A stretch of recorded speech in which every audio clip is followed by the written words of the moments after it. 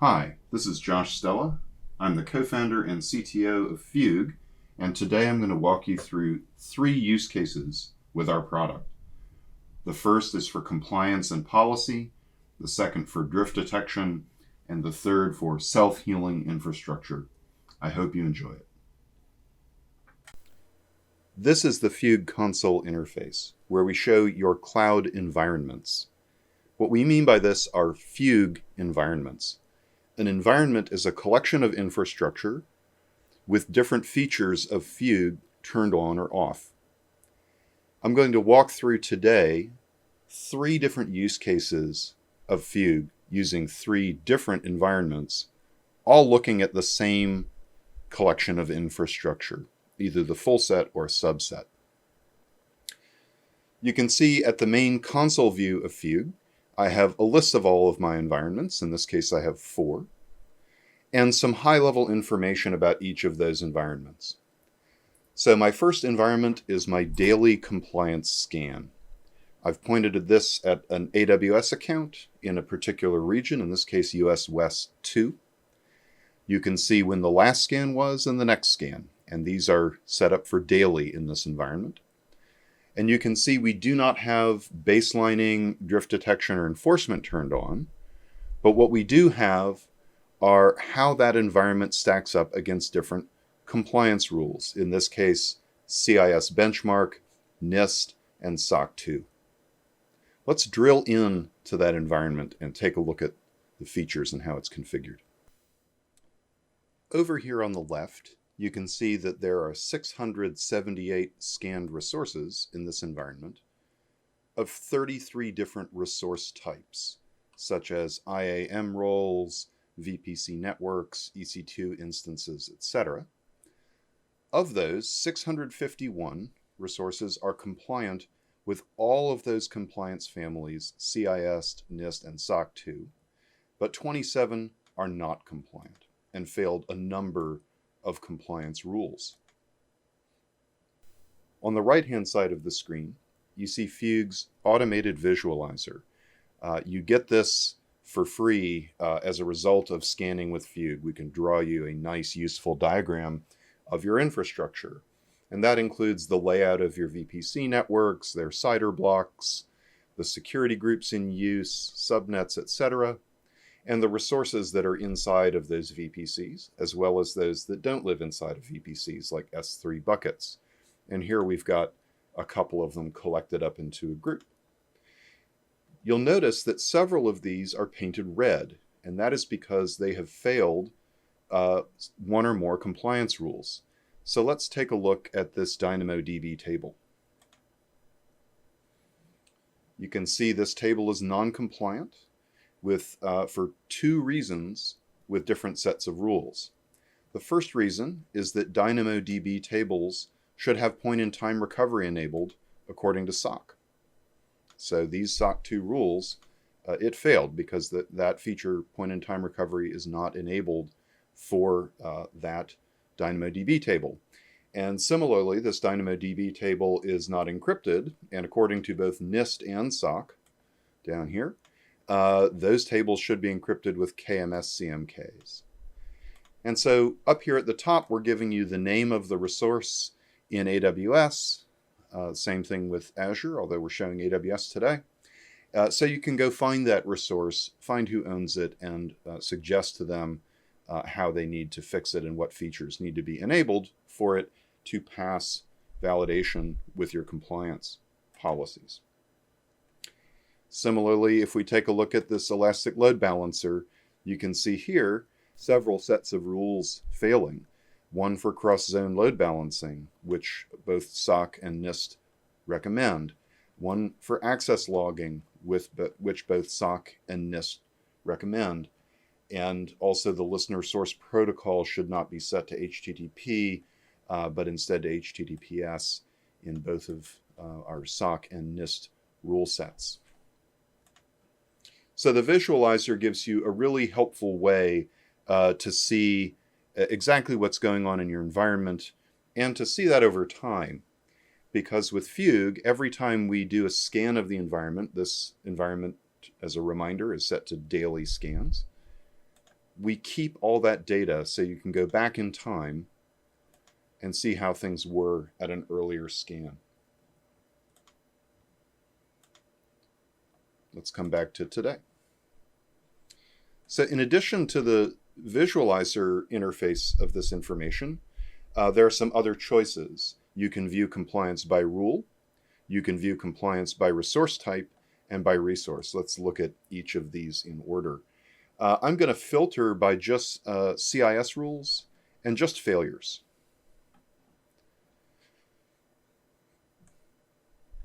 And you can see here a collection of failures. A number of these are IAM issues.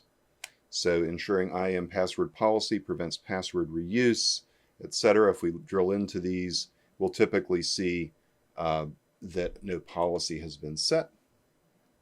And down here you can see a number of security groups. And here again, we helpfully put the actual identifier so you can go find them in AWS. Have port 22 open to the world, which is against this CIS benchmark recommendation. If you're a compliance analyst, this view of the world by rule makes a lot of sense. But if you're a developer or a DevOps person or a security person, you may think more in terms of wanting to see the resources by type that are compliant and non-compliant. Here we can also see how deeply Fugue introspects this environment. All these different resource types we are capturing complete configuration information on. We're not just looking for compliance problems, we're capturing a total scan of this environment, every resource and every aspect of every resource, every setting on every resource. That's what allows us to do the visualization, but it's also what allows us to do fairly deep introspection of these to give you detailed information about how they should be configured to policy and how to run rules against them. So in this case, the default security group should be set to off according to CIS. And you can see that is also true in NIST. So for each of our VPCs, we have a number of CIS, NIST, and SOC issues, generally around security groups. I think all these are around security groups.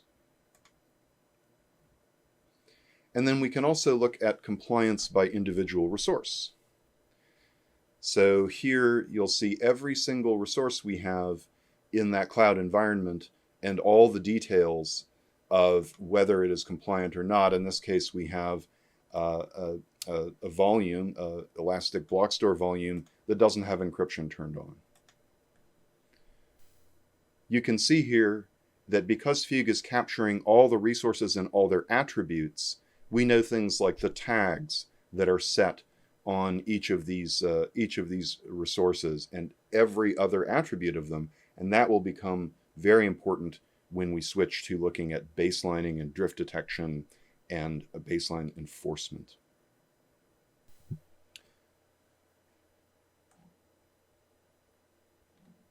So going back to the main console view, we can see our first use case, our first environment was around compliance, but now we're going to look at a drift detection use case. This environment is pointed at roughly the same infrastructure as the compliance environment. This diagram should look somewhat familiar. But we're not using any compliance families here. We've already looked at that in the compliance environment. Instead, we have established a baseline of this environment. So once you have your security posture correct by your own measure, and with Fugue guiding you through compliance and policy as code, you can then set a baseline at a moment in time. When Fugue does a scan, we're not just looking for issues with security, we're capturing every resource and every attribute of every resource. So if I go into the baseline tab, you can see all of those different resources, 34 pages of these, that we have captured in that environment. What that allows us to do is to detect changes over time, to detect drifts to that environment. So let's take a look at some drift events.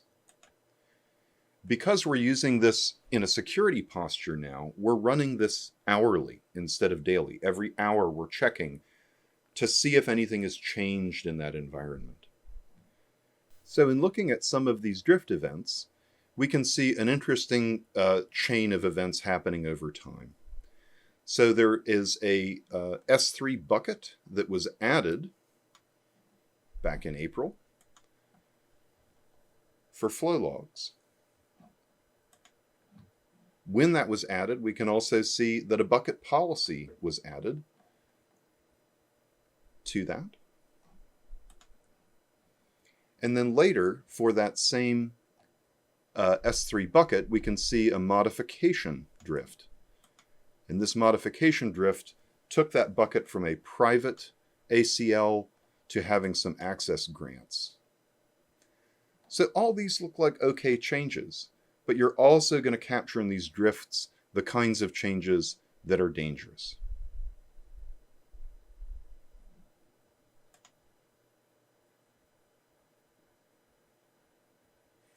In this case, we found a security group that was modified from a baseline of listening on port 3000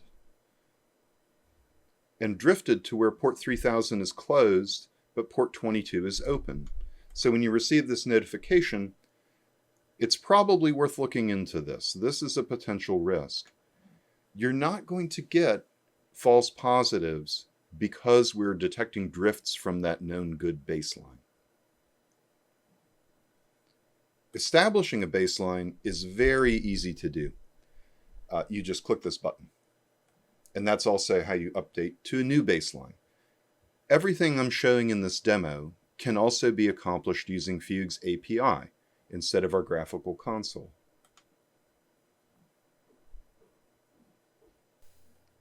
Now that you've seen drift detection, we're going to show you our third and final use case today, baseline enforcement, which I like to refer to as self-healing infrastructure.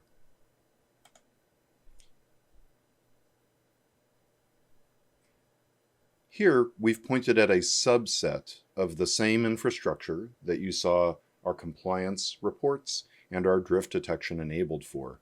But here, we're really only looking at VPCs, their security groups, and S3 buckets. So instead of over 600 resources, we just have 36 resources of 8 types. Where this feature is most useful is for your most sensitive infrastructure in terms of keeping it correct and keeping it compliant. To use baseline enforcement, you have to have established a baseline, which we showed you in the drift detection use case. And to enable baseline enforcement, you simply check this checkbox or make a single API call.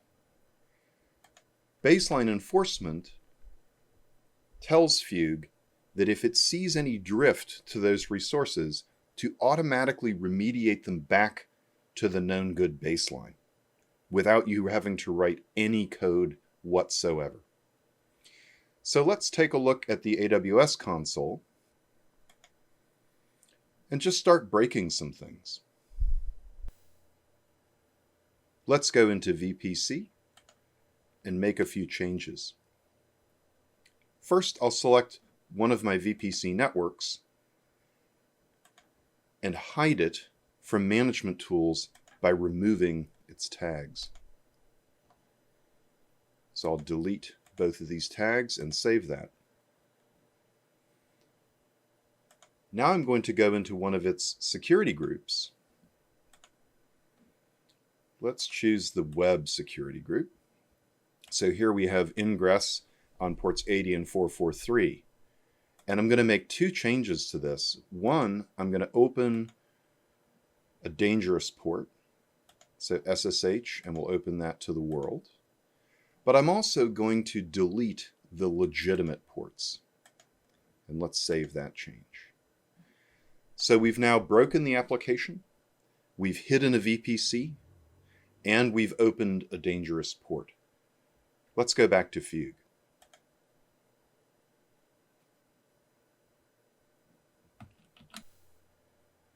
Fugue is configured to perform this self-healing operation every 10 minutes. But let's go ahead and show a little bit of the Fugue API in order to speed that up. This is a tool called Postman, which is useful for interacting with APIs of various sorts. On the left-hand side, you can see all the Fugue API endpoints. We use standard Swagger endpoints. And I've gone and gotten a list via API of all of my environments. I want to find the one that's doing self-healing. And so I'm going to grab this ID, and you can of course program against this API instead of using a tool, which is normally what you would do here for integration with CI/CD, etc. But I'm just going to do it manually by sending a request via Postman for an immediate scan of that environment. And you can see now I've gotten an in-progress status returned to me. So jumping back over to Fugue, I should now see the self-healing environment scanning. This is really important capability to call scans, to call all of these endpoints via API so that you can integrate Fugue into your existing tool chain. Whether it's Jenkins calling out to create a new environment or another CI/CD tool calling out to check for compliance at build time. These are all available via API. So now we see some drift events. We see our VPCs and our security group. Both had drifts, these modified. So let's take a look at this VPC drift. The baseline knows that that VPC is supposed to have tags, and these are the content of those tags. But the drifted resource has no tags. This is one way baselining is superior to other approaches. You might have a security scanner that noticed a VPC with no tags, but because it has no baseline, it would not know what those tags should be.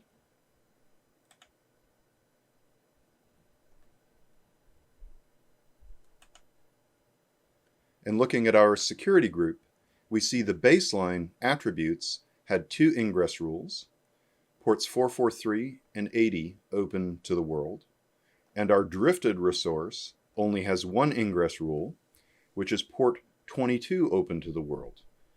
So our application is broken because the legitimate ports are closed, and we are now in danger of being hacked because SSH is open.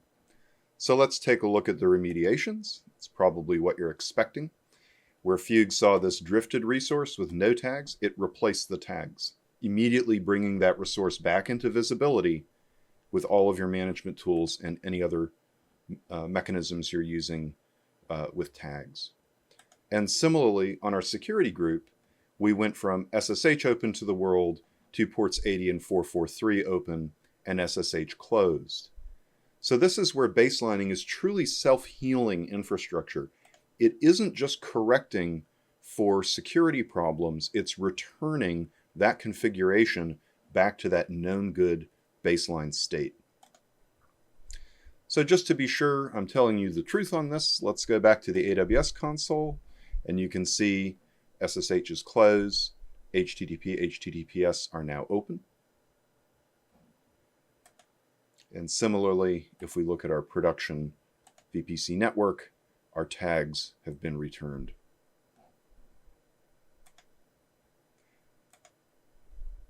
Those are our three use cases for today. And to wrap things up, I'll just show you one cool feature we recently added to Fugue, which is the ability to full screen visualize your infrastructure. So thank you for your time today. And you'll see how to reach out to us at the end of this video for a free workshop for your infrastructure.